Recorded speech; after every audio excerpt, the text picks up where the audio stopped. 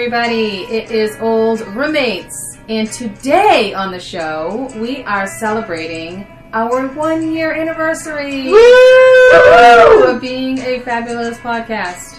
So grab your party hats and tune in for another exciting episode.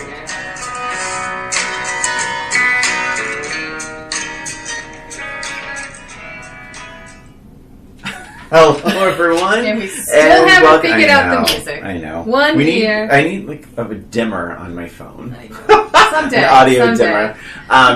Welcome to Old Roommates, the only podcast that revisits pop culture through a middle-aged lens. I'm Brian. And I am Christina. Welcome. Welcome. We are social distancing at Christina's home.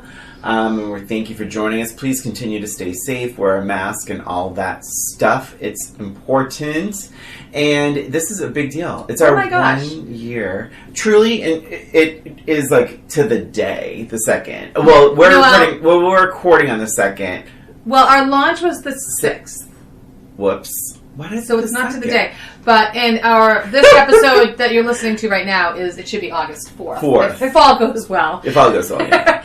But yeah, I can't believe it's been a year. It was so bizarre because we would just like a month ago, we were just chatting and we're like, oh my gosh, our 1-year anniversary is coming up. Yeah. It was just so strange because it's been so fun and it's flown by and it's been amazing. Mm-hmm. We just wanted to take a moment to sort of like just talk about stuff and recap and thank you guys for listening.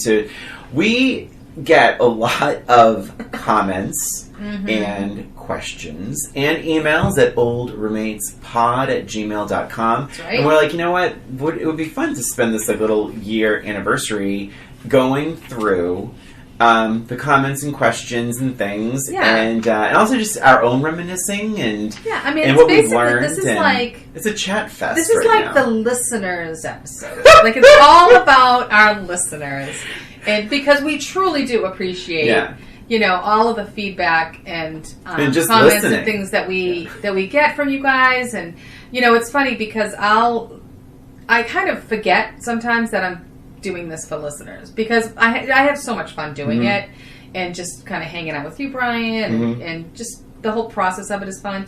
So I kind of forget, and then I get, I'll bump into somebody and they're like, "Oh, I listen to your podcast," and it's so funny. Yeah. I'm like, "Oh my gosh, that's right. Yeah. I have a podcast." Well, it's true because and on social media too, because we get a lot of the social media is great, but it's like you have sort of begin and end conversations in that moment. And so this is a good opportunity for us to actually talk about the conversations, to expand upon them. Even because sometimes too we'll ask a question or something will come up in an episode and let's get back to that, and then we forget. We never do. Doesn't happen. So this is kind of a good sort of pause where we can celebrate, chat, and touch upon some of our make some corrections, right? Make some corrections. That's its own. That's a whole other episode for sure. I'm regularly wrong. Yeah, so let's start with some stats, Brian. Brian's kind of our stats person. We've had 55 episodes. That's crazy. Because we heard when we launched with 3 episodes or 4 episodes. Yeah. Because we heard that when you launch a podcast, don't just launch it with 1 episode because you want to keep people engaged and you don't want them to have to wait a week for your second episode. So it's good to launch with more. Apple actually help will index the episodes because more. I don't know how this stuff works. Apple, it's a learning experience. If you launch with 3 episodes, to be. Apple takes it more seriously. There's just more content for them to hold. So for whatever they're kind of reason, all right, they're serious. They're serious, yeah. I mean, I think that's a nice way. There's some sort of, I'm sure, some data-ish way of saying they're serious. Yeah. So I just broke my pen. Oh no! I just did. That's bad luck. Is it? No more notes for me. So what are the milestones? Well, I know. So let me just go through some of the things. Do we want to talk about biggest requests that we get first, or the actual milestones? Let's do some milestones. Here's some weird stuff. Here's some weird milestones. Okay. This is what I want. The week of there's a couple weeks where we did Three's Company and Pretty in Pink. It was a 2-week span, 2 episodes in a row. Yeah. During that time, or because of those episodes, we were the number 13 film review podcast in France. Which, honestly, we're big in Europe. We're big in Europe because then there was, I think... And 25 in Germany. In Germany, yeah. Number 25 in Germany. Truth be told, my husband's German. I would love to say, and I have some friends in Germany... I don't have you must have quite that a many friends. friends. I don't have that many friends in Germany, but it's like when I see Germany, it's like, oh, that's sweet. But it's not that many friends, so it's like I don't know how or why this is happening. I don't know either. We thank you. Thank you. Feeling dunk. What? How do you German. say thank you? Oh, that's okay. Sorry. So that's thank you very very much. Say but it it's again, like, I interrupted. So it's feeling dunk is German. Sounds dirty thank the way you say it. What's thank you in French is what? Merci beaucoup. Merci beaucoup. Yeah. Thank you very much. So that's that. And then if we want to talk about the top episodes overall, we can go into like Pretty in Pink is perhaps the most popular. But then you sort of mix in like the very first episodes. Yeah. And so then it's like Some Kind of Wonderful is way up there. Yep. Sex and the City, which is up there, but you know, it was one of the first ones we did. And right. so I think it was our first one, aside from the Meet the Host, which yeah. you know, everybody loved. But I'll tell you the ones that keep gaining traction. So the big five are Pretty in Pink, Pretty Woman, Some Kind of Wonderful, Family Ties. Is that 4? And then 3. And then Three's Company. Yeah. Three's Company. Three's Company is that blows my the mind. episode that keeps on giving. People love that episode. If you haven't, and it was a great episode. It was a really fun episode. It just surprises me that there's John Ritter is so awesome, and I mean, I think that has a lot to do with it. I think it's one of those things where people kind of, I mean, a lot of our revisits are shows or videos or movies that have been on TV again, or have been, you know, or on like Nick at Night or whatever. Do they still have that show? I don't know. But anyway, the TV Land, or it's on Netflix or something. But something like Three's Company, we have not seen that anywhere since probably we were children. No. It's not like you see the reruns. Yeah. You know, it's not like Cheers where you see the reruns. Yeah. But maybe that's why. I think that's why it is. I think people are like, "Oh my god, I loved that one," you know. And I think that is really like definitely just going back and just loving. You know, the nostalgia of it. Yeah, I think that's that's my theory of it. Yeah, I am very professional theory. Yeah, because you check the stats every once in a while, and that one is like, I'm like, that's great, and it's one of those things that we did because it was like, oh, that would be fun. Yeah. But you know, sometimes we want to be topical. We want to, say, oh, people will like that because it's really popular. Sure. But this was kind of the ones that we sort of take gambles on that are more for, say, like, I don't want to say more for us, but like the ones that say have some personal connection. Mm-hmm. It turns out that a lot of people have that personal connection too, and that's really fun for us to talk about. That's great. So other milestones. The week of Overboard, we were number 63 in film review in America. In America. So thank you, America. America is a tough nut to crack. I will say this, so during quarantine, of like our quarantine episodes, which we were just talking earlier, are just technically not our favorite because of those very stilted way of communication. It's not the way we usually communicate. But I'll tell you this. We like to talk over each other. We like to interrupt each other. As friends do. We like to comment on each other, and it's impossible to do that via Zoom. I was speaking, Christina. My point exactly. But during that time, we were and we still are in the top 250 in the UK for film review podcasts. So I think there's something there, and I think maybe because it tracks downloads, and maybe I don't know, Americans don't download podcasts as much as... Yeah, and there's different ways to listen. I think downloads maybe... Like, I don't download podcasts. I just stream them and play them on Spotify or whatever. So, but whatever reason, we appreciate all the love from Europe and the UK. And, the past 2 weeks, we were number 50. 150 in the US. That's right. Yeah. 150. That's a pretty good. I mean, 120. We were 125 the week before that. That's so amazing. So it's good. And I think what that's about is I think people are now having to go back to work a little bit. Yes, so it's and coming up a little bit. And they are downloading. Yeah. So and we're up to almost just about 4,900 downloads. I know. Which is so awesome. We'll have to do some sort of special thing for 5,000. So yeah, I mean, it's exciting. We have all these like cool things. Oh, and on Insta, we have we had 1,800 likes on the Married with Children episode. I mean, it's so bizarre to me that there's 1,800 people that are like involved in my life that I don't know. It's really, really strange to me. Yeah, although sometimes some of the comments, though, I think people might think that they're talking to like Christina Applegate or something, or Ed O'Neill. It's a cute picture that we just found it on the internet. Like, this is cute because it's a current day picture of Christina Applegate hugging Ed O'Neill, and it's in black and white, and it's super cute. We posted it, and yeah, it's 1,800 likes, crazy. And it's like, I mean, if they all downloaded the podcast, that'd been amazing. But seriously, right? We should have like a requirement. If you want to like this, you need to download. Just joking. I'm trying to think. What? So we have a lot of questions. We do have a lot of questions. We have a couple of questions for each other, I think, first, and then we have a bunch of listener questions. So we do have. I know usually, this is like shallow dive territory. Yeah. This is like the first time we've had any sort of like real like structure to an episode, so bear with us. We're not used to it. But we do have a couple of questions for each other that we can each answer, I suppose, and then we'll go into the listener questions. Oh, that awesome. Works. Yeah.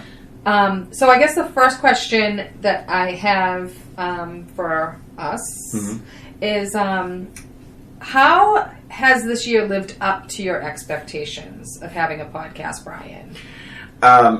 Just tying into what we just talked about, it's exceeded them because we did this to truly hang out more together. That's the only reason. Like, it was fun. I listen to a lot of podcasts, and sometimes I'm like, and I find myself talking along, and I'm like, why am I talking along to a podcast when I can just have my own with Christina, who we don't. Like, when I moved back from New York, we talked this before. Like, I think my thought was, we'd hang out again, all over again, every like old times, but real life steps in, and it's really hard to see each other. Right, and we're at a different points in our lives. Right. Yeah. So it's different. The podcast was a great reason, an excuse to hang out more frequently, and it's been awesome. So, but then you have this whole other layer where it's like, people are actually listening to it. Yeah, and it's funny. But Christina does so much of the the editing. It does all the editing and everything like that. So it's like it is work, but we both like it, and we also like the stuff where we talk about pop culture anyway. So the fact that this is a relatively easy thing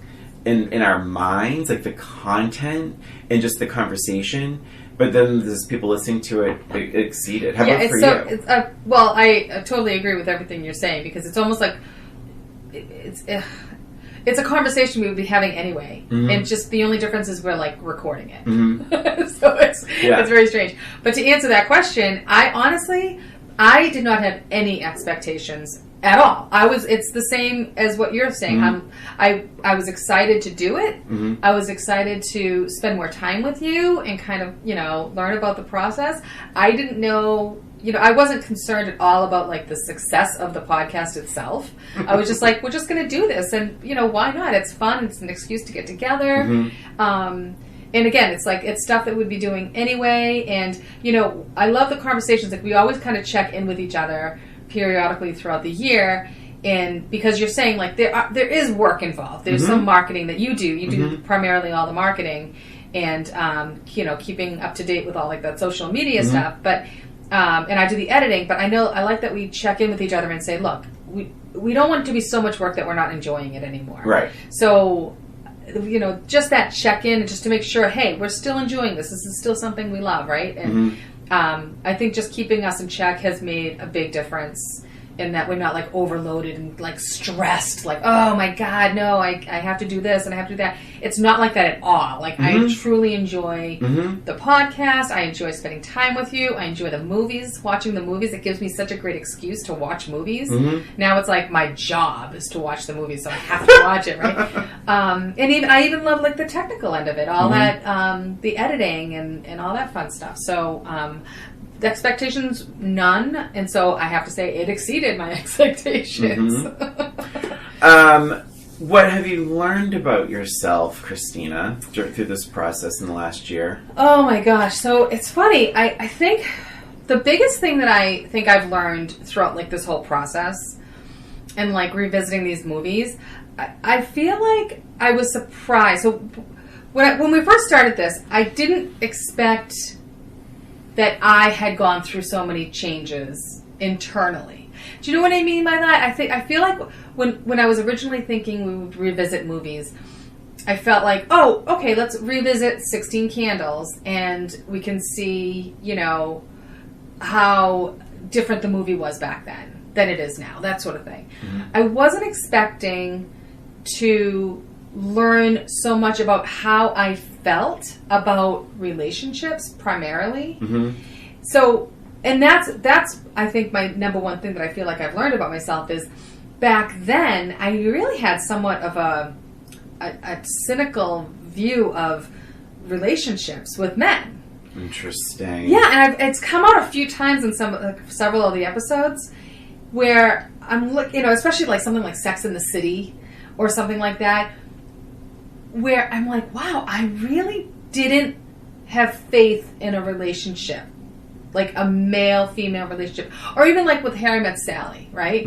I remember revisiting it, and when I watched it before, I was like, I really wanted them to just stay friends, because I didn't really have that faith in having a male relationship be more important than a friendship male relationship. Yeah. And as I've been revisiting, I'm realizing that I do not feel the same way anymore. I feel like, a loving relationship, I mean, of course, Matt, I have to comment, is my husband, and he probably has a big part of that. But, I have so much faith in a partnership or a marriage, much more so now. And I think I just didn't realize how much of a change that was when I was younger. Yeah. So I've learned that about myself. Wow, that's so much deeper than what I was supposed to say. I don't know. I learned how I work Facebook. That's really cool, because I think you touched upon in the very beginning of what you were saying is like, I think you had said something along the lines of like, I want to see how different this movie is, or different it is. And I think you mean like just like because it's frozen in that moment in time, right? But really, the reality is that we're different, and it's like, so there's two things going on. One is like, oh, I wonder how dated this is going to seem, but the other thing is like, oh shit, I'm a different person watching the same movie, and it seems such like a light point to make, but you really and I've said this before, and I'll say it again. I do think we approach this differently, like the rewatch different, because I think you watch it, I think, more as a true like critic. Yes. And I really, what I try and do is like, I just want to like watch this, enjoy it, have a little mental sort of shut off, and just see how it affects me, and I'll keep track of like what surprises me and what disappoints me. Because I like we said, this is work. Like, it is a bit of work, and it's like, and my instinct is I want to enjoy this, and so but I think then there's sometimes it's like we're so old where you can't not notice stuff, like in movies. So it's like, well, that was done a little poorly, or that could have been stronger, right? But my answer for this, because I was thinking about this, is like, I think I've learned to like my voice, because when we started doing this, like, as much as I talk, I always had little hang-ups about my voice sometimes, or hearing it back. I think you have a wonderful voice. Oh, thank you. Yeah. You really mean it? I do. I like it. No, but I think I always had that, like, the gay voice thing, and like, oh God, it's like, in different circumstances, like, and when we worked at Jordan's Furniture, we were on microphones a lot, and there was always that thing where it's like, oh god, like, am I going to sound gay? Which is, we're talking about back 20 years ago, more than that. So it's a different time, but it's like, I think there's still that little bit of anxiety where it's like, oh god, I'm going to hear my voice for an hour right now.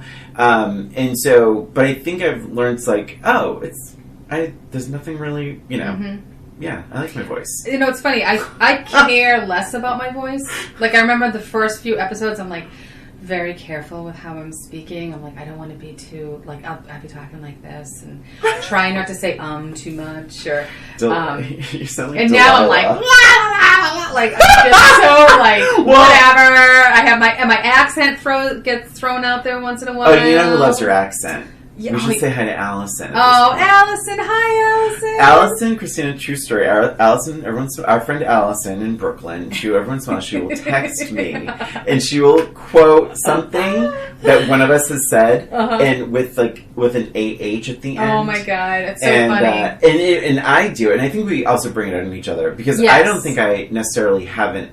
Like, it's very easy to say, I don't think I have an accent, but when I'm with my family, it all comes out. Yeah, absolutely. Everyone's talking, packing, it's like, it's ridiculous. Oh, yeah, so true. But yeah, I care less about it now, and I'm like, whatever, it is who I am, so. This is, let's see, what are some of the bigger differences that you've noticed when revisiting that you can directly attribute to being an older person? Oh, yeah. So, where did that question come from? Did you make that up? How did we get to that? I think did I make one that of yours. Oh my god, I'm good. That sounds like that's not some of mine. I don't know. Maybe it is. Do you want me to go first? Mine's short. Mine's short too. Oh, go for it. So there's really two things that I've noticed as an older person that I didn't care about before. One is I care so much more about the timelines in movies. Yeah, I've noticed that. Yeah, and it's like 9 to 5, for example. It's like, all right, well, so he's kidnapped for 6 weeks, and they got all this stuff done. I'm not sure. And that was one of the more realistic timelines. But right. I feel like I'm like, I don't think they would have done that in that period of time. I don't think they would have fallen in love in 2 days. That sort of thing. So that's my cynical older person coming out. And then the other thing that I notice is I notice how, like, children act, and I notice more about, like, would that child really understand what he's saying? Would he have, like, I think about, like, E.T., for example, right? Yeah. And would would he really have that realization? Realization. Because I interrupted you just. That's what happened. Realization, yes. Yeah. Yes, our insight. Yeah. As a 10-year-old or whatever. Yeah. So those are the things that I notice now. Having a child, and being a teacher, and I notice more of that sort of thing. What about you, Brian? No, those are good because I wasn't thinking that way actually. But like to that once again, point, we have such different. Because mine's pretty different, but. To that point, I realized how intolerant I am of bad movie driving. And, like, so true. And you're similar in the sense of no seatbelts. My thing is like you're just a bad movie. Like, keep your eyes on the road. You're driving a car, like because honestly, how many times in our life, like this has happened, where you're driving with a friend and you're sharing something very personal. I have never looked over. Right. Because you're driving a car, John Cusack. It's easier to have this kind of personal information in a car because you're not looking at the person. Yeah. That's why it's like so bad drivers piss me off in movies. It's like, I don't care what that person next to you is saying. Your job is to drive the car. That's not, because it's not human. You don't right. It's like, what? It's like, no. No. But my answer was this. I realized that I believe bad comedy is way worse than bad drama. My tolerance for bad comedy, where there's just lulls where laughs should be, and I have in my notebook all over the place, I'll write groan. I just write groan now. It's like, I used to be, I think, well, I'm a little sympathetic, but like, oh man, who thought this would be like funny? Like, who are you, like, what revisit was it that we just had that it was like... Well, I hate to say it, The Jerk is an example of that because there's some long set pieces the that I scenes. didn't last. But I'll tell you, the other one was Sex and the City for me. When there's it's like tough because that show, we love that show so much, and when we revisit it, and we're like, wait, what's going on right now? Why isn't this clicking? And if anything, we should have much more insight into relationships. But this is like maybe that's why they were just acting like children, and none of it was. Well, I shouldn't say none. Excuse me. A lot of it wasn't very funny, and I think that is That's when I feel like I'm wasting my time. Yes. Like, where I'm like, oh shit, this is going to be... But there was a revisit that it was like, something about like the laugh track was off, or the applause was off. Oh my god, wait, we were just talking about it. What was it? Just talking about it. Because I said the laugh track was like, yeah. Was it 8 is enough? 8 is enough. It didn't have a laugh... Oh, yes, it was! Yes, it was! It was like the Nicholas one, like the Nicholas scenes and stuff. Yeah. That's right. That's right. I'm surprised you didn't say anything about, and maybe this is just something that's always been with you. It hasn't changed, but like the loud music and... Oh, that doesn't bother me that much. Really quick, last night Carl and I watched Hannah and Her Sisters. Oh. And really good. I hadn't seen it in I thought I had seen it. And we're like, do you want to watch it? And Carl's like, oh, I think we've seen that before. We're watching, we're like, we haven't seen this before, which happens. But we hadn't seen it before, the full thing anyway. And there's a scene in there that is very much what we're talking with the music, and it's so awkward and uncomfortable because in order to talk louder than the music, people around you will look at you. And so I think that's part of my problem with that is that it just isn't realistic. Right. And maybe don't sit right next to the speakers and try and have an emotional conversation, you know? But that's I don't know. It's a whole other thing. It's probably always been with you. So tell me, what have been some of your favorite moments this past year of the show? Of the show. I'm thinking more the show. Oh God. Well, I think you know what I loved. I loved. I mean, it's fun when we argue, but I think I did like the Family Ties episode because you enjoyed twisting my words around, and your disdain of Justine Bateman was just off the charts. It really surprised me. Oh, don't worry about me. So really quick, then for me, I'm going to say the Christmas episode because. The Christmas Spectacular, because when you hear the beginning of that episode, it's like jingle bells, jingle all the way, and hey everybody, ho ho ho, and we're laughing. Holidays. We're like, pull up an ice block and lend an ear. We're laughing our asses off, and for the first 90 seconds, then suddenly it's like record scratch, and we just start disagreeing almost instantly. Almost instantly. We just disagree the entire time. Yeah. I kind of don't think his response would be his heart growing and him realizing. I think his response would be, let me cause a fucking avalanche. Because nothing is going to stop these people. It's the same song. It's love, Ryan. I mean, that's not even it. What is it? What is it then? I'm going to pull it up. Go ahead, pull it up. Oh, damn it all. It's about love, Brian. It's about love. It's about realizing that Christmas isn't about all the materialistic stuff and the lights and the trees and the presents and the food. It's not about that. It's about being together. And that's when he realized, and I want to be a part of that. He was angry because he wasn't part of the noise. But I don't think if you are trying to stop him, again, remembering the noise of toys, the noise But of here's singing. the thing, I think you're forgetting that it wasn't really about the noise of the toys. It was the fact that he was excluded. Yeah. So this is about inclusion, Brian. All right. And love, which clearly you're lacking. Because again, I think it's all the pieces are there. I just think that should not have been the pinnacle moment because I don't think it would have shaken out that way. I think I wish it ended a little. I wish there was something. What's the end part of the verse? Because it's the book that he is reading. You know that, right? Right. Do you know that? Because it seems like Kristen, it's Christmas, and you could be a little nicer. Who's the Grinch now? Should we find the ending? Well, I found a passage. So the passage that I found that I think that was his open, his realizing moment. Yeah. Was then the Grinch thought of something he hadn't before. Maybe Christmas, he thought, doesn't come from a store. Maybe Christmas perhaps means a little bit more. And then it goes on to say that his heart grew 3 sizes that day. Mm-hmm. So, again, I watched it very closely, and his issue was like the infernal singing and all the toys. So that solves some of this. But I think if you're like, I just don't know. If you had a bunch of noisy neighbors and then you find out, well, listen, the reason why they're so noisy is because they're poor. And listen. I grew up poor. I can say this. It's like, oh, they're singing because they're poor and singing brings them joy. And you're like, that's great, but could they maybe sing somewhere else? Change it up. Yeah. Or, sing somewhere else. Yeah. It's like once in a while, just give me a break.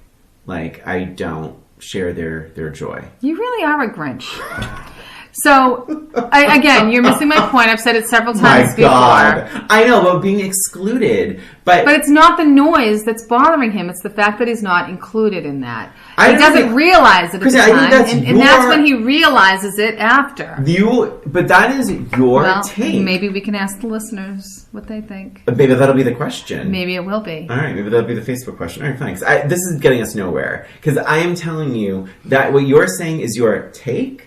Unless you show me, like, in the Dr. Seuss's private journal. I happen to have it right here. Page 14. Grinch. Let's move on, shall we? Let's. So that episode is something. That's one of your favorite episodes. But the question was some of your moments. But it's a great question. Well, my moments, the favorite moments for me. Because we do have some listener questions that true, that. Right. So anyway. Fine. Really quick, the favorite moments for me are when you... a couple of things. Sometimes you'll do you did a Kate Jackson impersonation in Charlie's Angels, which really made me laugh. And then this is probably not that funny out of context, but the Christmas episode, I was talking about pit bulls, and I said I am a very big animal. And I had a little tickle in it, and you're like, abuser, and I'm like. I don't know why.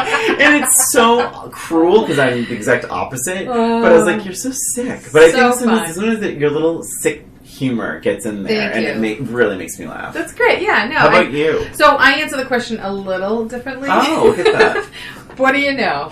But I do, I like those moments too. Yeah. I mean, in terms of like during the recordings and things like that, it is funny. And I like seeing, because you're just the facts man a lot of times, like you look things up, and with me, I'm just sort of like, well, I'm pretty sure, this is her 4th movie, and like I just like looking at the look on your face when I say things like that, where you're like, oh my god, like I don't know if you think we're gonna get sued or something, but the look on your face when I have like questionable Christina, because facts. here's why it drives me crazy. Because when sometimes I listen to podcasts, and I will go, back in the olden days when we could actually have a life, I would go to a party or something, and I would say, I just heard in this podcast that was blankety blank, and here's what she had to do.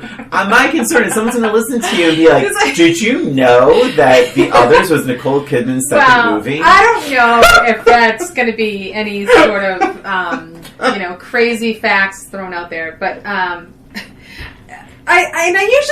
usually throw a disclaimer out there, like I don't know. I think you're right. You say so. I mean, if anyone's taking my word as like the word of the Lord, then good luck to you. Good luck to you all. But no, my original answer was that my favorite moments were really when we started recording at What Cheer. and how cool that was. Yeah. Like, so it was just, and I mean, obviously it's a different atmosphere regardless of where we're recording. Sitting in your apartment, I mean, your house was great, and just hanging out, and with Shorty meowing in the background. I mean, never a dull moment. There was like somebody came to the door. Remember that whole thing? It was like near the beginning. In the very At one beginning, point, in yeah. the very beginning, we're sitting there, and all of a sudden, it was like somebody just like walked up the stairs, and you're like, what's going on? And it was like this like big mystery, and we're trying to figure out like if they left something, I don't think we ever knew what. My right hand to happened. God. I lived there for maybe 4 years in November. Mm-hmm. That is one of 3 times in the history of me living there that someone has knocked on or rang the doorbell that I wasn't expecting. Yeah. Truly. I think I have that outtake somewhere. Maybe I'll have to throw that in there too. I think that's what ends up happening. If you heard that sound, that is a doorbell. And I will be right back. But, that's always fun. But when we started at the studio, like, it really was just cool. It was like, I felt like at first we were like on a field trip, like, oh, cool, we're in a recording studio. And then it just felt very comfortable, and it really brought like a definite, like, different professionalism to it. And of course, like, some of the first ones were almost too quiet. Remember that? Like, the first couple of episodes were like, it was like Delish Dish. Yeah. Like, hi, this is Christina, and this is Brian, and this is Old Roommates. But once we got comfortable with it, after a few episodes, a few times being there, we could let loose and stuff like that. But those are some of my favorite. Yeah. Well, I think, because we were so worried about being too loud and, like, laughing right into the microphone and all that. Right. But you can just hear the difference in the quality, too, of those episodes. And, like, I'll be so glad when they're back open. But I agree. Like, that was super fun. And, like, just to be in, like, downtown Providence and, like, just, like, and it was also winter, so you'd go in all bundled up. And, like, it was a nice little... It was. Yeah, it was really nice. So we have some listeners' questions. So we're going to move on. Woohoo! Listener questions. The first question comes from Rob. Okay. And he wants to know, what was your favorite revisit? So I actually have mine. Yeah. And by the way, I'm not talking about the episodes. I'm talking about the actual movies. Yes. Oh, yes. Me too. Yes, definitely. I think for my film, When Harry Met Sally. Brian, look. When Harry Met Sally. When Harry Met Sally. And then my TV show, Facts of Life. Yeah. Followed closely by Charlie's Angels. Yeah, so my favorite revisits was definitely When Harry Met Sally. And also Labyrinth was another one of my favorites, too. Mm-hmm. Just revisiting Labyrinth. It was one of our first episodes. Mm-hmm. And it was just fun. I don't think I had any notes at all. And I was just speaking from the heart and just loved that revisit so much. Mm-hmm. Yeah. It's so funny we agree. When Harry Met Sally, it's so... Yeah. So, I loved it even more. In fact... out of all of the movies that we revisit, this is a pretty strong statement because it's 55 episodes. Yeah. Out of all of the movies, TVs, and everything, if somebody came up to me and said, you have to choose one movie to recommend you to watch, I would say When Harry Met Sally. Yeah. If you haven't watched that, if you've never watched it, watch it. And if you haven't watched it in a while, revisit. It's so good. There is a strength to these movies.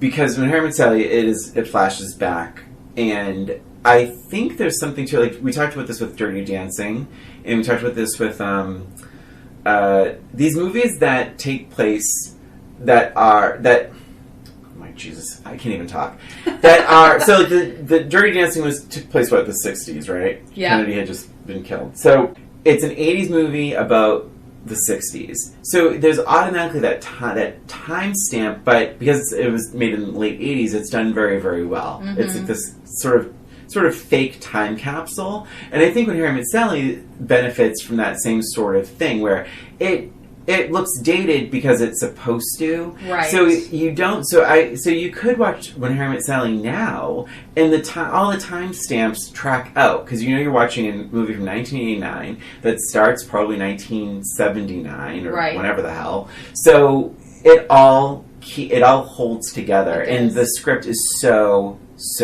good. And it is Meg Ryan. The chemistry. Meg Ryan. Off the charts. Don't understand why she wasn't nominated. I mean, that, I know it's like a contemporary thing, but yeah, she does a lot in that, and he's those great. Damn comedies. She's great. It's so hard to get nominations. Not taken seriously. All right. There any revisits that surprised you? This is from Naomi, by the way. Were there any visits that surprised you? For example, movies or TV shows that you once liked, were disappointed, or ones you didn't love but now have a greater appreciation for? What a great question. That is a great question. Thanks, Naomi, for that. Why don't you go first, Christina? So yes, many of these revisits surprised me, actually. As far as some of the negative ones that I liked but then disappointed, definitely for me, I have to say I was disappointed from watching The Jerk. And this was one of my, Christina's choice. Christina's choice. And just watching it, like, I just had such fond memories of just rolling around laughing, and then just, like, revisiting it, I was like, oh, I was so sad that it didn't really hold up to the memory that I had of it. And so that was a big disappointment for me. The Money Pit was a disappointment for me. That's mine. Yeah. That's mine. Again, it was the same type of thing. Like, I thought it was going to be really funny, and I remembered different parts, but honestly, like, only the few parts that I remembered being funny weren't even that funny. Like, they were okay, but like, just the acting was bad, and it was just so bad. Crazy. And of course, like, I think we talked about it already, Sex and the City was a big negative for me. Yeah. And that, and that was like our first episode, and I was like, what the hell? Like, how did I not see what jerks these women were, and how stupid they were? Well, and, to me, like, though, with that, shallow. And I really put a lot of that on, like, that Carrie Bradshaw character. Yeah. That I found myself rooting for anyone she was up against. I was like, she's that annoying and that lacking self-awareness, and like, but of course back then it was our favorite show. It was our favorite show. We bonded. I mean, like, that was our Sunday night ritual. We watched it all the time together. And it was so crazy that we both felt that way. Because I was like, Christina's going to think, like, I'm taking this too seriously. Because I'm going to walk in going, I hated it. So I'll jump into my bad, and then we'll go into goods. Okay, so my bad's just two. I would say for things that lost value for me, The Money Pit is my number one. Mm-hmm. That's such a bummer. Because that movie I played all the time when I worked at the video store, and like I said, there's nothing worse than bad comedy, like where there's like the joke is there, it's just not working, you don't know why, and it is painful. And then we're going to disagree, but Ferris Bueller for me. Sure. It's like, to me, I found he was a really awful movie character. Mm-hmm. I didn't want to go where he was going. I didn't care how he felt. I didn't understand his popularity or his success. And I thought he was kind of a dick. And I didn't want to spend any more time with him than I had to. And I thought that Day Off was one of the lamest days off I could imagine. It's like, if I'm going to skip school and possibly get in trouble, I'm going to do some fun stuff. Right. I'm not going to go to a museum, Ferris Bueller. But how about your even better column? So even better, number one, I think, was The Facts of Life. Like, I was just really, and this was a surprise positive. Like, it's not necessarily like my favorite revisit or anything, but as far as being surprised at how good it was, like, and I have to say, like, it was probably the second season, because when we did this revisit, it was a few episodes from the first season and a few episodes from the second season. Right. Yeah. So when I'm thinking about this surprise, it was definitely like when Joe showed up. And I was just very pleasantly surprised at the level of acting of these girls that were, had very little acting experience, except for Molly Ringwald, who's terrible. But you'll hear all about that if you listen to the revisit. But yeah, I was very impressed at the storylines and their level. They're really like their commitment to those emotional scenes, for sure. And then I think for the 9 to 5 was another one that I was like really pleasantly surprised about. Like, I had forgotten a lot about it, and again, there was another sort of, sometimes, I mean, a lot of times I will go into these movies, these revisits, and thinking, oh, I hope I still like it. Because it holds such a dear place in your heart. Mm-hmm. And so this was one of those movies I'm like, oh God, I hope it's still good. And I was very happily surprised that it was just as funny as I had remembered it to be, and just as like feel good for me. Mm-hmm. So, and yeah, even the sign of the times kind of feeling of it was still held up.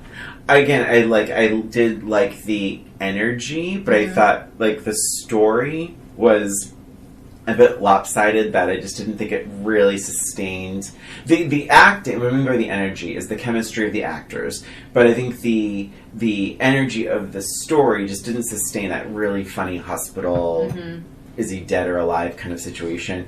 So my good column, things I appreciate even more this time around, Facts of Life is a good one. Tu Wong Fu. I think because back then my thing was like, wait a minute, there's never movies about gay people or drag queens, and this is a mainstream gay drag queen movie, and it's so innocent and almost wholesome and sweet. It doesn't like I wanted more, because none of them even kiss anyone. I mean, there's not but revisiting, it's like, you know what, we need that kind of thing though. Not everything has to be so heavy-handed. Not everything needs to be a coming-out story or a tormented love story. It's like, sometimes it can just be fun, to the point where I was like, I want it to be even more fun. I want to get rid of the abusive husband storyline. Yes. And then the other one was, and I think, but this is hindsight's 20/20. I feel like Some Kind of Wonderful for me is one of those that, because now we've seen so many 80s movies that you really realize how good Some Kind of Wonderful is. That's actually was on my list too. I didn't want to go on for too many. I have like a whole list of things. But yes, I absolutely agree that Some Kind of Wonderful was a great. But to be honest, it wasn't a surprise to me that it was great or I loved it. Like, I expected to really love it again still or whatever. So in terms of like surprising, I wasn't surprised. But yeah, you're right, it's so funny. And the more we watch these teen dramas, love story things, the more I appreciate Some Kind of Wonderful. For sure. Well, thank you, Naomi, for that epic question. Yeah, that was a great question. Do you want to take the next one, Christina? Yeah, so Lisa is asking, what would you consider your favorite disagreement? Thanks, Lisa. God, what a good question. I have mine. We've had great, epic, I mean, really good. And I have to say, like, even when we do disagree, for the most part, we're still very respectful of each other. And we're like, okay, fine, you're wrong, but I respect you for that. So what's your, you can answer first. Yeah, same, I respect you when you don't agree with me. Oh, you know what? Really quick, Here the Rocks the Cradle was the other one on my list. That I think is even better than I remembered. So, or better now that I'm older. So, okay, favorite disagreement, Lisa. Uncle Albert. Oh my God, that was Family one ties. of the funniest disagreements because you were annoyed. Because Christina, I don't. I go over again.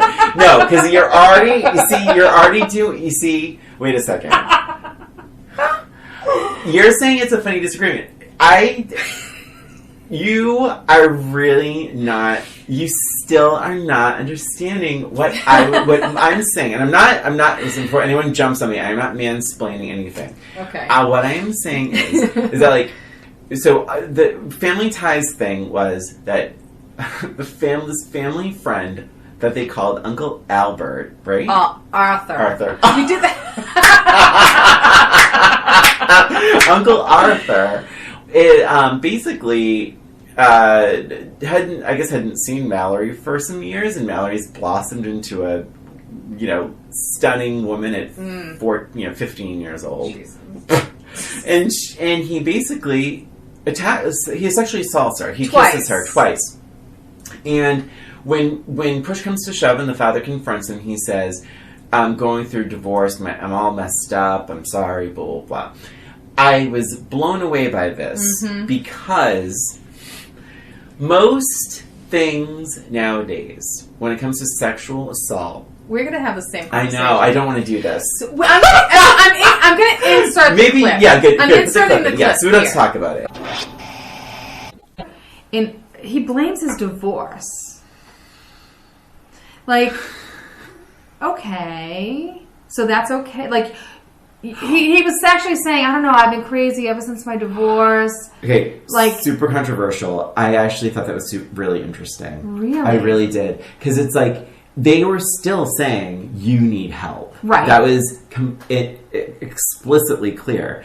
But I thought it was fascinating for truly what you're talking about is the idea of like, oh wait, that makes it okay. But how many times have we seen this story where the guy has no excuse other than he's a pervert? Right. And not that I'm saying like it's a valid excuse. I guess what I'm saying is like, I've never seen a show try and do that.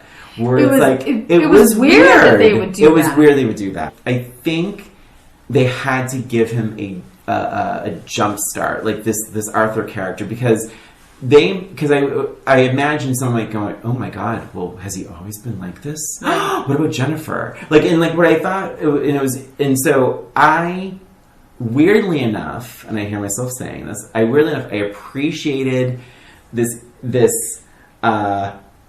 quote unquote reason for his sudden jump start in this weird behavior with Mallory. I don't think we'd even get a reason now. It's like, oh, you're just a pervert, and right, you just fired. But it's like, because it is still ultimately Steven's friend. They have this long history together. Well, yeah, and that's the part that really kind of bothered me about it.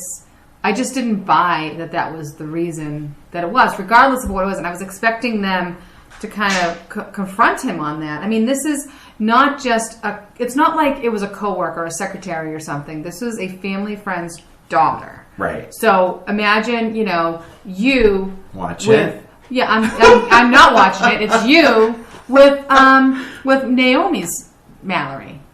It would be like that. Like, oh, whatever. Yeah. It's not right. It doesn't make sense because they're family friends. But I think that's the point. It's not okay. If he didn't say the thing about the divorce, right? If he's like, yeah, I don't know, sorry. Like, it's super fucked up and disturbing, right? And it is still disturbing. But I think what they're trying to get this Arthur character to do is like be like, what does he think his reasoning is? Because I think if he was just pervert, they wouldn't have let them near the kids in the first place. You would have picked up on something earlier than this. Because this is a snap. This is what I'm saying. The snap of Uncle Arthur. Like, he makes him of a Mallory in 5 seconds flat. Well, not only that, out of the blue. Yeah. Out of the blue. Yeah. Not only that, he does it twice. No, I know. Even after she's talking to him about it. Yeah. Oh, okay, no problem. And shakes his hand and then kisses her again. It's so disturbing. Like, it's really sick. Yeah. So, I mean, if he hadn't done it the second time, I would almost be like on board with you with the whole like divorce, and that's probably what it is. But no, I'm not saying. No, obviously you use that as an excuse, and you think it's okay. If you get divorced, you can just jump into bed with a 15-year-old. It is never okay. I'm saying I appreciate the show. I understand what you're saying. Presenting this just to shoot it down. I'm just joking. Yes. Yeah, I thought it was. I just did. I will stick by it that I thought it was interesting. The show attempted to. But it was a great episode. I was happy to get that episode after some of the others. And I will say, it was one of my favorites because you were just so annoyed because you felt like I wasn't getting it. And I just liked just poking that whole area. Wow. And I say something at the end of the article as well. I mean, at the end of the article. At the end of the episode, I say something like, well, you're all for Arthur anyway. And it just revs you all back up. So it's so funny. We'll play the clip. I have two favorite disagreements. One of them is the Grinch. Yes. Like we talked about before. The other part, the other argument I really loved was the labyrinth bubble argument. When she was in the bubble and he your take on it was more about him trying to make her forget and didn't really think it was a seduction. Yeah. Whereas I was like, no, he's like in love with her and he wants to seduce her and almost does. Yeah. That whole argument was really great. Yeah.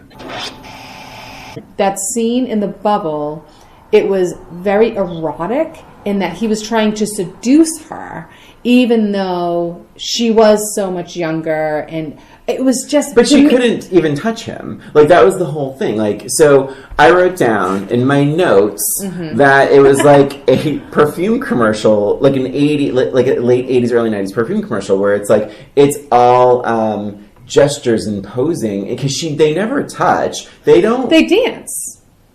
In the very beginning, right? And he lets her go.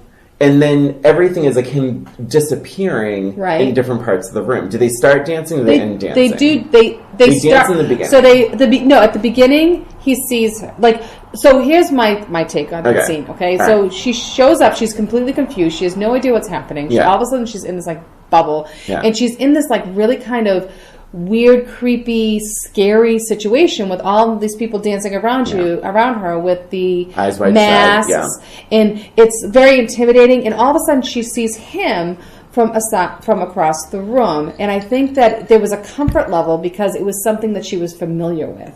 That she said, "Oh, okay, well, you know, I may hate him, but it's someone that I'm comfortable with. I know who that is." And it's not quite so scary. And then he disappears, and now she's intrigued, and now she's looking for him, and she's going, where is he? Where is he? And she's kind of searching, and he's looking at her from behind, and he's kind of chuckling to himself, like, oh, she's wanting me. And she keeps looking for him, and he disappears, and then all of a sudden, she sees him, like, and he's right in front of her, feet away. And then he reaches out to her, and they dance. And she loses herself a little bit in that. And then the clock chimes. Yeah. And it kind of wakes her up like, wait, I don't like this guy. He's a jerk. And I don't remember why. But I know I don't like him. And I shouldn't be, feeling safe with him. And then she realizes, oh my gosh, like, get away from me. And his look on his face is like, oh, like so defeated. Like, I think he really felt like he... was had her, but I do feel like he has like love for her in that scene. That's interesting, and that it's not just about owning her. I just took it as like, that's so funny, and God bless Christina. God bless. I've seen this movie a few times. For me, it was. I've seen that scene. For me, it was like he was casting a spell, but I did not think it was any sense of romance. I truly thought it was like he was just trying to confuse her and put a spell on her. And I don't know. In fact, I actually wrote down, is this pointless? And just gorgeous. And then I crossed off pointless. Like, I had to really think about the scene. And I was like, I think that whole ballroom scene is simply just to distract her. And when she does catch on, I think there's like people dying when the glass breaks. Yeah, that was like people start flipping and falling. Everyone screams and I mean, that was It is strange, but I took it as like he's just putting her under a spell. But the spell was not to be, and also too, I think you have to be careful. Like even then, when you're suggesting this 14-year-old girl is being seduced by this rock star. Well, and I think most people agreed with you. I wasn't going to say that, but yeah, you're right. Everybody agreed with me. All right, next question. Was there anything... Oh, is this your question to ask? Oh, this is from... Yeah, this is from Ben. Was there anything you felt badly about after you heard it back? I have a very quick answer. Go ahead. Julia Roberts. With Pretty Woman, because because you know why? Because I knew how you felt, and you knew how I felt, and we couldn't stop it. Like, we have very strong opinions about Julia Roberts in the world of pop culture, and I think, but you know what happened when I listened to the episode? I think Carl was in the kitchen with me. I was making dinner or something, and I listened through Carl's sort of ears, and I was like, we sound like dicks, because if you didn't know us, you'd be like, who are these assholes trashing Julia? What did Julia Roberts ever do to you? It went on just a little too long. That's my answer. I have the same answer. Oh my God, really? Yes, I have the same answer. And it's definitely, that episode comes to mind, and I am pretty passionate about my dislike of of Julia. Yeah. And it's not her personally. I don't know her personally. It's just that, I mostly feel bad when it's criticisms of like the acting. Sure. Yeah. And so and Julia, that was we went kind of ripped. It just went on a little. It went on forever. I mean, you know me. I'm not a big Julia Roberts fan. Nope. Big non-fan. Yeah. Honestly. And why? Just a sentence as to why. I don't know if I can do it in one sentence, but no, I feel like she's very one note, and she relies on her cackly, hoarse laugh, and she thinks that she's so. I think that she thinks that she's too cool for school. Like anytime here's my proof. Anytime she's on any sort of awards ceremony, she saunters up like the whole place is just for her.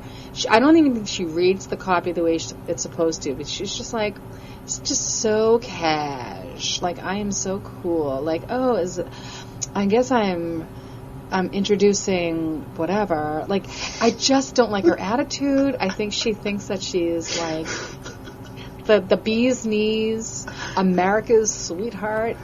But I don't think that she's a great actress. I think that she's just one note, and like if she plays the same character, she's fine. But like, put her in something like Ocean's 11 and she's just ridiculous. It's so stupid. Like a piece of wood could have done a better job than her. But I mean, she's okay. But you like her. No, I'm not a big fan. No, I know. But I will say, like, I'm not really a big fan either. There is something to Julia Roberts in certain films, not in all of them, but like, there's something like that just rings disingenuous. Mm-hmm. Like that, I just feel like she is just acting, and that she's afraid of giving a weird look, or that she's afraid of looking bad, or she's afraid of sounding bad, and that there's something overthought or underthought. I can't quite put my finger on it. I feel like it's underthought, honestly, especially in the older, the more recent stuff. Not that she's done anything recently, but especially in the more recent stuff, I feel like it's underthought. I feel like she feels like she can just skate through. And it kept going back to it, and going back, and going back. It was bad, but hilarious, nonetheless. And honest. I mean, we're just being honest. And the other thing was, like, anytime we're kind of criticizing the acting, I feel a little bit bad. And then the only other thing, like, I really regret, it's not really, like, feel badly about, but I always regret, like, there's always seems to be things that I want to say in the episode, and then, like, time gets away from us, or I just forget, or whatever. But, like, we revisited the Karate Kid. I was dying to tell you the whole episode. I wanted to tell you that there's this whole clip on YouTube where it plays as if Daniel is the bully. Oh my god, amazing. And it's so good. And I'm like, oh my god, like after the episode was done, I'm like, oh my god, I forgot to even mention it. And it's on YouTube. I don't even know what it's called, but like you can just look it up and be That's like, amazing. Daniel as the bully. Yeah. And it's like, I'm like, oh my gosh, he is totally the bully, and it's really, really funny. So, yeah. But I was disappointed that I forgot to mention that. So that's when I feel bad. Right? After we did that episode with Matt, I looked at my notes and there was a whole thing I forgot to say. If you watch The Karate Kid, if you revisit this, it's on Netflix.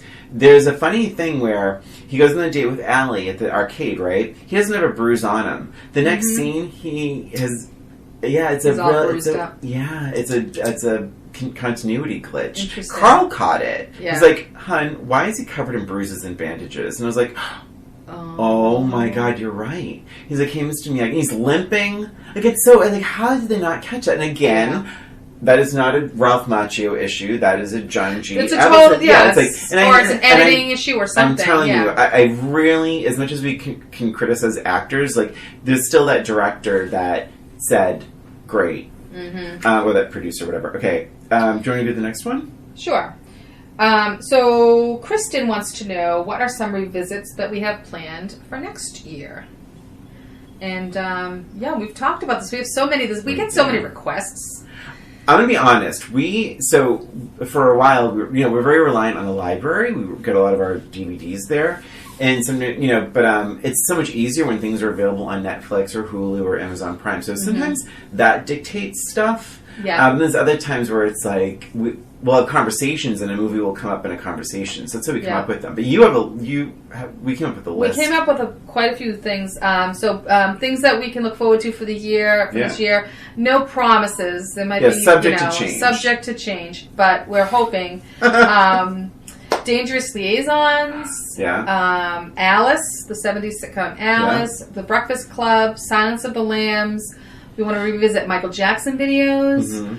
16 Candles. The Little Mermaid. All of Me. Yeah. There's like a ton. Yeah, the Jetsons, maybe the Jetsons. Welcome Back Hotter. Maybe delve into like the 70s a little bit more. Yeah. And if you guys have any suggestions at all, send them over. Like seriously, we love requests. And if we've both seen it, so sometimes some of the requests we can't do because one of us has not seen it. But that also brings us to, we'll probably do another Brian's Choice, Christina Choice for sure episodes too. Those I already have. I have a two bunch in mind. too. Yeah. I have a bunch. All right, next one from Chris. How close? This is dark. How close? How close? Thanks, Chris. How close have you come to quitting? Honestly, not close at all. Like, I honestly have never really thought, oh, this is too much, I want to quit. Like, I really don't. The only thing that came even close to thinking about it, and I'm not going to say it was quitting, but like even take like a hiatus is this whole COVID stuff. Yeah, and trying to work out like what we're going to do and how we're going to do it. And I kind of figured we would probably replay some old episodes. But I never really wanted to quit. Yeah. It was just sort of a restructuring at that point. I will say this. When I read that question, my first thought was never. I truly have never thought of quitting. Yeah. I think it's more about a quality thing, like you're saying with COVID. It was like, how are we going to do this? But I will say, I've never thought of quitting, but I know I couldn't do it without you. Just like period, end of sentence. Like, so in terms of like fear of quitting, the only thing that would be was like if you had said, oh, I'm going to take a few months off, I think I'd be like, me too. Yeah. Like I don't like it because I could learn how to edit, but it would just be like, it's work. This is still work, and it's like, and we have a dynamic that is really, that is the whole thing. Yeah, so what would it be called? Old roommate? I've only lived with so many people. I guess Rob could jump in, but I guess that's in terms of quitting. I never thought of that. But I think it's like in terms of like the sensitivity of that would just be like, well, if Christina ever said I don't think I can do this anymore, I'd be like, oh shit, I guess that's it. Yeah, thank you. I feel the same way. I wouldn't be able to deal with anybody else either. He has a part B to this question. Oh, Chris has another question. He says, which revisits have you been inspired to go back to after recording an episode? Have you had any other that you wanted to go back to? Well, I've said before in the Charlie's Angels one where I watched more than I had to, and Cheers was the same way. So those two. That's good. So I haven't actually gone back to any. I've been inspired to watch other movies with the actors that are in them. Like Molly Ringwald. I wanted to watch other Molly Ringwald movies or Steve Martin movies or things like that. And then the other thing that I always go back to is I've always been like kind of a huge soundtrack kind of person.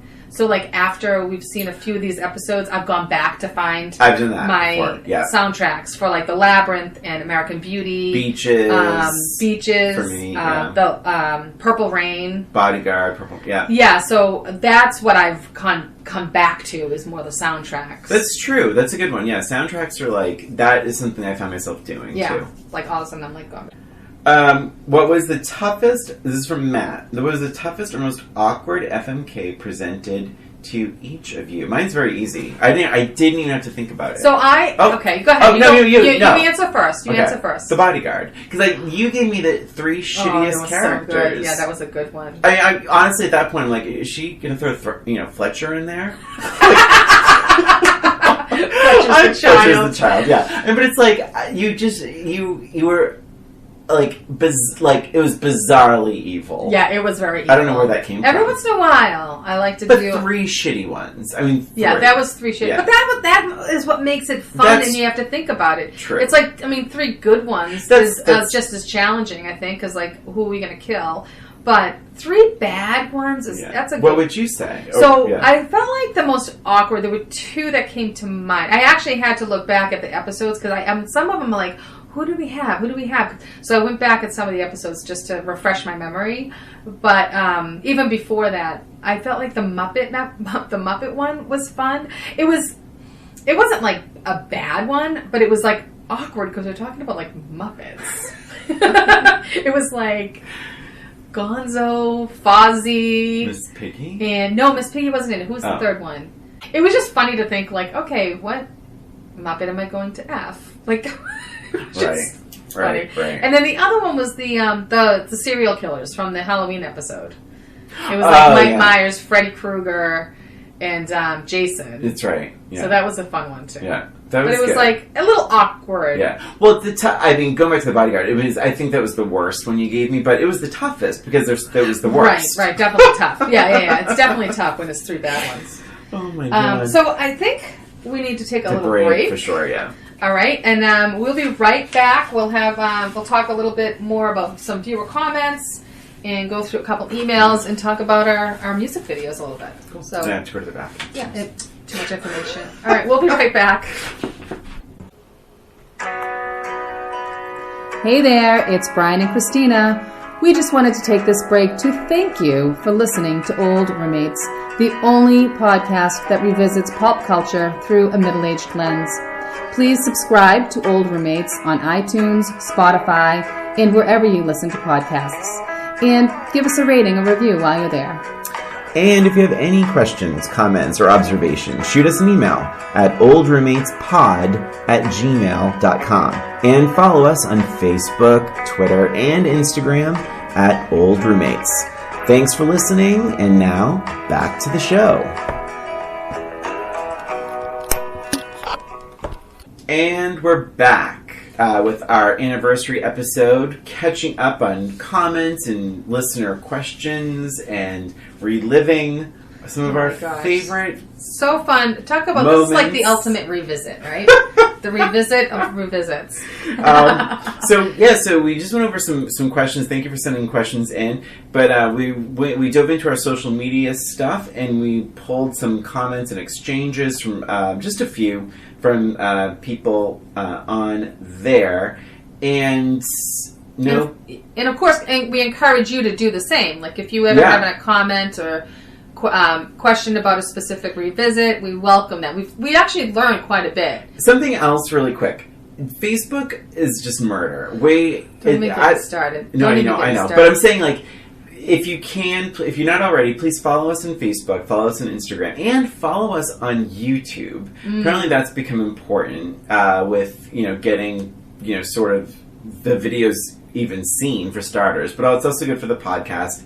And because Facebook has been really brutal with us in our video polls. It's been ridiculous. They're burying them. So we're still doing them, and we appreciate people that find them, but they're just burying us. So if you can dig up the video polls on Facebook and reply to each week, it's really and we'll be helpful. We'll be starting to post the video polls to YouTube as well. Too, yeah. So hopefully you'll find them somewhere. So one of the I don't know how else to approach this, but Jessica, a good dear friend and listener, was shocked that we didn't talk about in our Labyrinth episode that we neglected to mention David Bowie's bulge. Yes. Maybe because it's a family show, Jessica? Yeah. No. I'll read her comment because I do. We're not going to read everybody's comments, but this one's funny. It says, "Okay, I finally listened to Labyrinth, and I can't believe neither of you mentioned David Bowie's bulge. I've compared notes, and many other women discovered puberty while watching this movie." Wow. Yeah. So, Brian, I'm actually very shocked that we neglected that as well. Oh, and then she further mentions, she says, if you want the full story, at a screening I went to at BAM, Brian Froud, who designer of the puppets, said they had to put him in 3 pairs of tights. To minimize the bulge? Why didn't they just give him a cod piece? I don't know. That's ridiculous. That is absurd. You'll have to ask Brian Froud. That is ridiculous. Yeah, and stop it. My comment to her was, that was a huge, and I mean huge, oversight. And it does surprise me that we did not talk about it. We had a lot that going on that episode. That was our second episode about a Muppet movie, essentially. Yes. Like, I mean, like, I guess it didn't cross my mind. Maybe I've seen bigger bulges.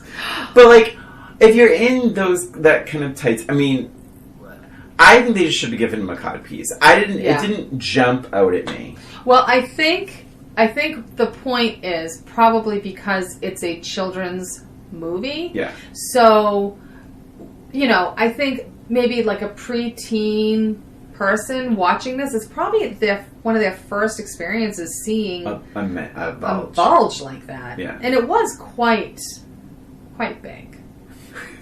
And it wasn't like he was hiding it at all. I mean, it was right there, right in the middle of the screen most of the time. Fair. So I can see how that would be also because the Muppets are like knee height or a little high. Yeah, they're right at that angle. They're right there. Oh my God, you're right. So thank you, Jessica, for pointing that out, and we really do apologize for that because I mean it's not like us to forget something so. Oh my God. So glaring. What else? So there is something really. So we talked about on our Xanadu episode, which was my choice. I made you watch it, and we talked about. Remember how awful Michael Beck was in that? Yes. And we said originally, I guess we thought about Andy Gibb, and someone reached out on YouTube saying Andy Gibb was actually considered, but he couldn't get his drug issues and all that. Yes. But then someone else wrote on Instagram, not YouTube, that wouldn't Patrick Swayze have been amazing? He would have been the right age and everything. Amazing. And he could have actually sang too. Yeah. So that would have been a great one.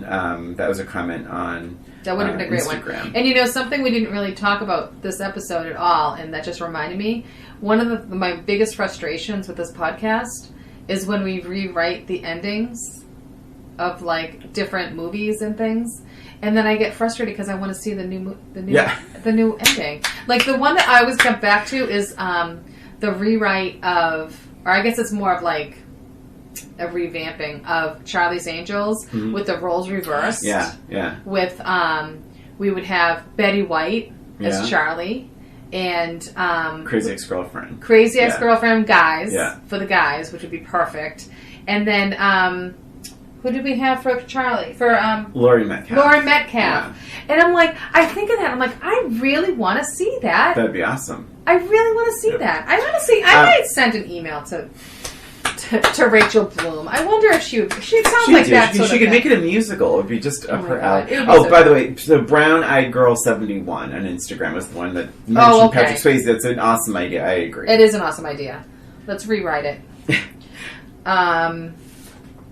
What else? Oh, well, we got a very aggressive email. Do we want to talk about that really quickly from a viewer? I mean, a listener? Yes. So, this gentleman, Jimmy, who's... You know who you are. Jimmy knows who he is. Wrote this scathing email to us about our first Bueller's Day Off review.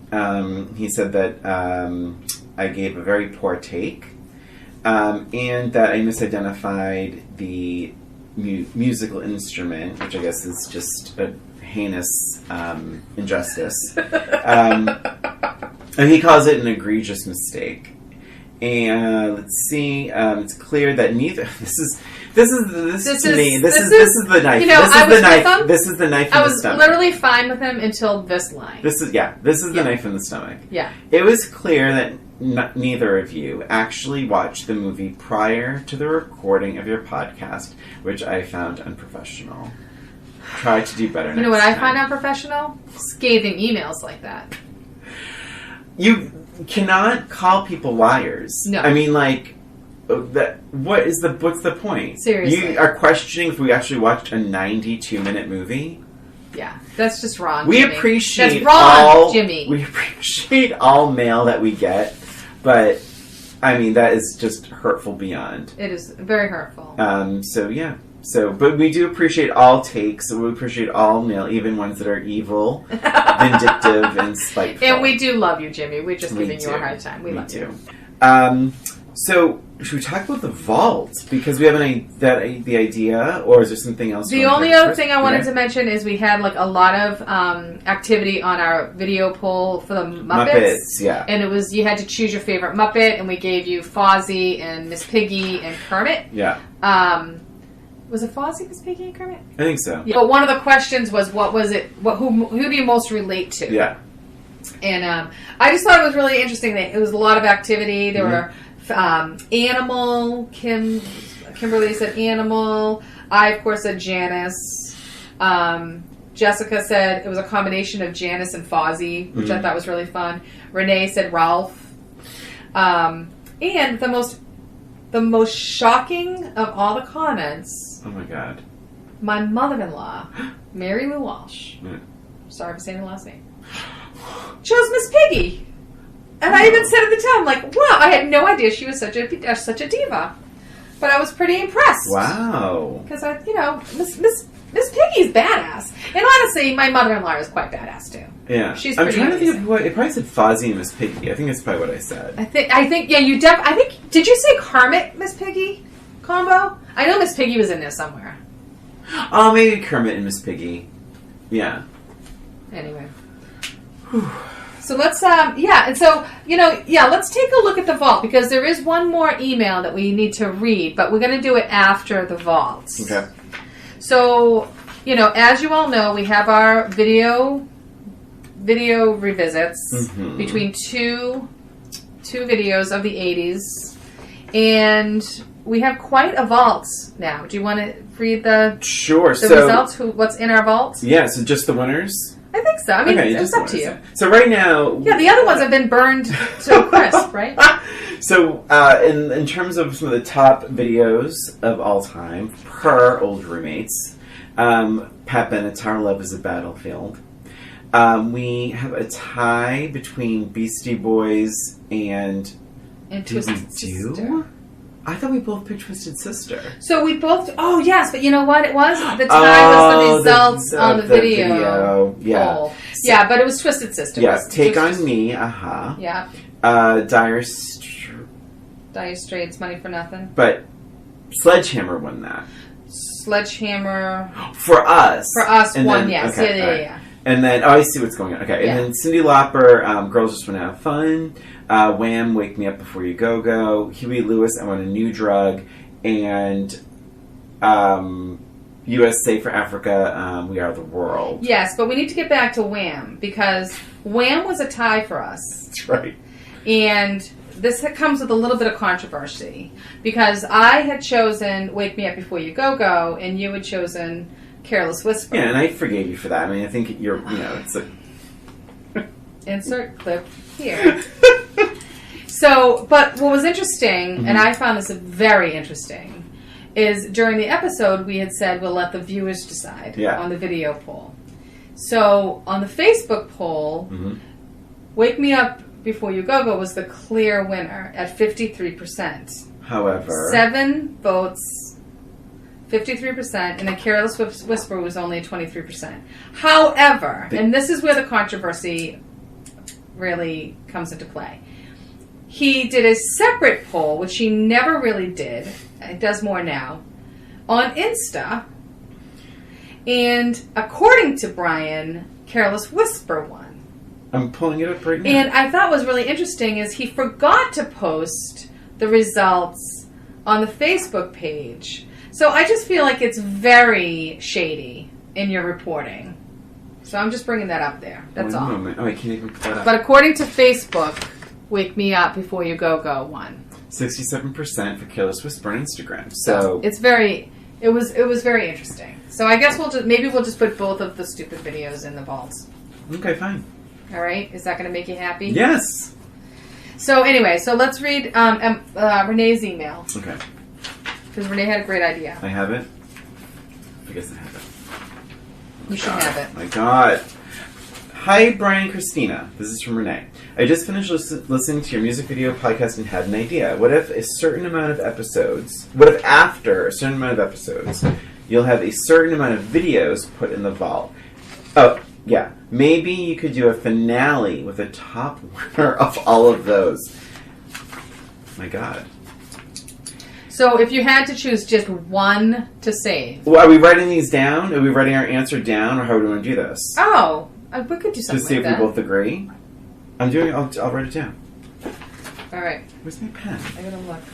Oh, it's on the floor. There you go. Oh my god. One video to save. Oh, sorry. Yeah, I guess we're doing questions.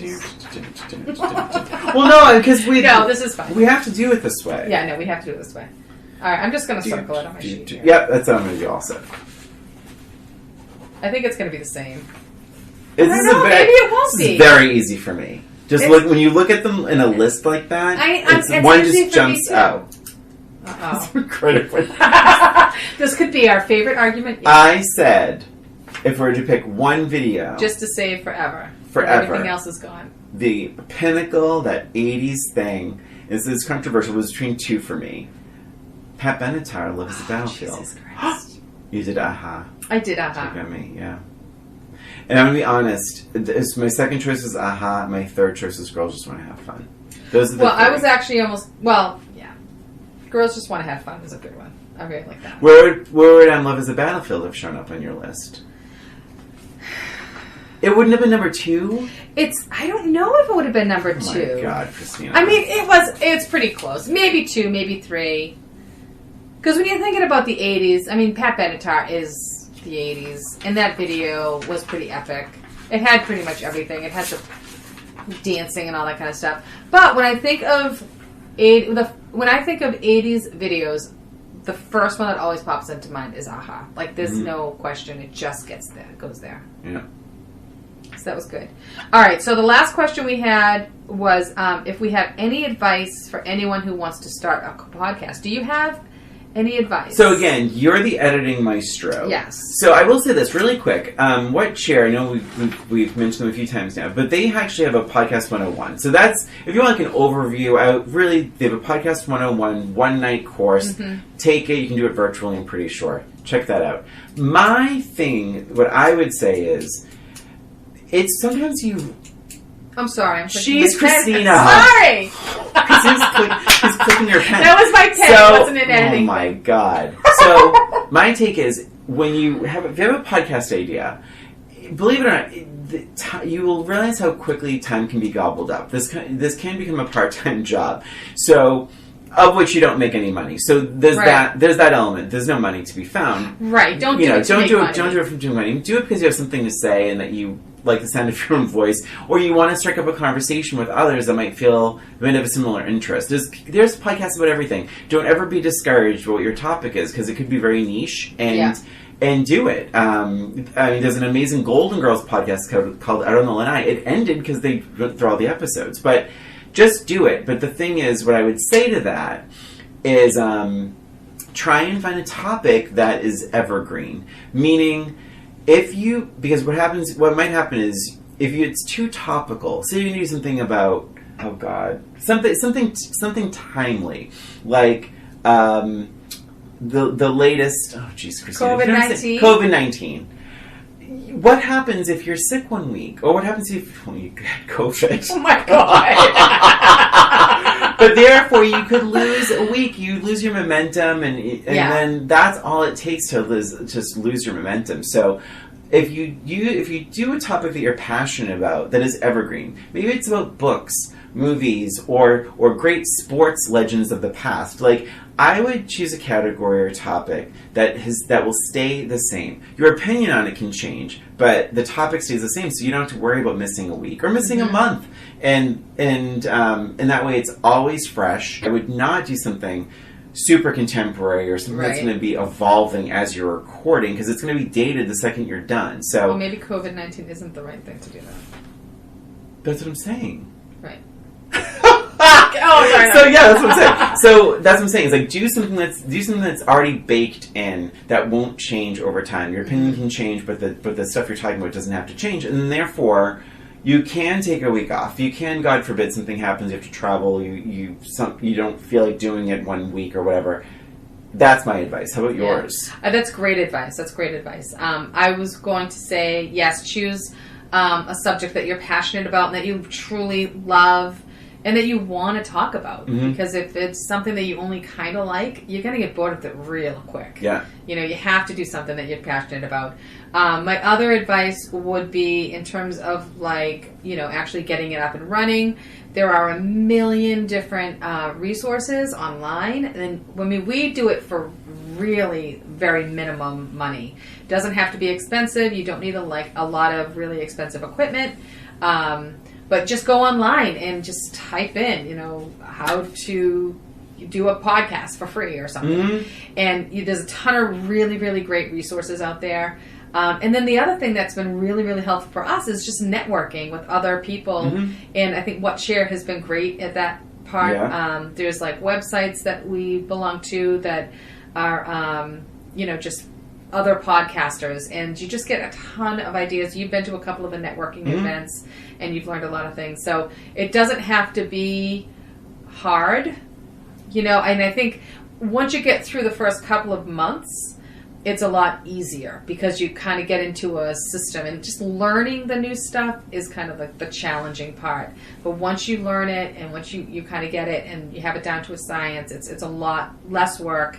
And it's really, really fun. And I would definitely recommend it. It's so much fun. I love it. I would just do it. Like, yeah. You know, but like, just do it. Don't wait too long. Go on YouTube. Just go on YouTube. Just, and like Christina's saying, Google how to do a podcast for free or how to do a podcast for cheap. And there's tons of resources, and you can do it. And you honestly just need like an iPhone and truly like in headphones. And you can actually email us too if you want to know how we do it. So I'll send those to Christina. Yeah. I'm not all that sure, but yeah, just do it. Let your freak flag fly. And I mean, I think about even like Chris Brogley mentioned from the Alien Zoo podcast. Yes. This is a very specific very specific kind of podcast. And like, and you have Chris Revel who has Let's Chat, and it's just a conversation, chatting. Then you have Matt Farr and What Did We Miss? These are all guests who have been on our show, and he does pop culture blind spots. So it's just find something you're passionate about and talk about it. Yeah.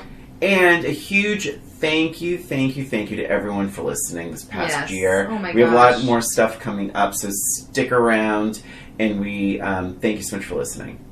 And Christina, happy anniversary. Happy anniversary. Yay. We have music. And that is it for us and for this episode of Old Roommates. Thanks for listening. Please subscribe to Old Roommates on iTunes, Spotify, Stitcher, and wherever you listen to podcasts. And give us a rating or review while you're there, please. If you have an idea for the show or a suggestion or comment, you can email us at oldroommatespod@gmail.com. And don't forget to follow us on Facebook, Twitter, and Instagram at Old Roommates. This is Christina. And this is Brian. Thanks again for listening. Until next time.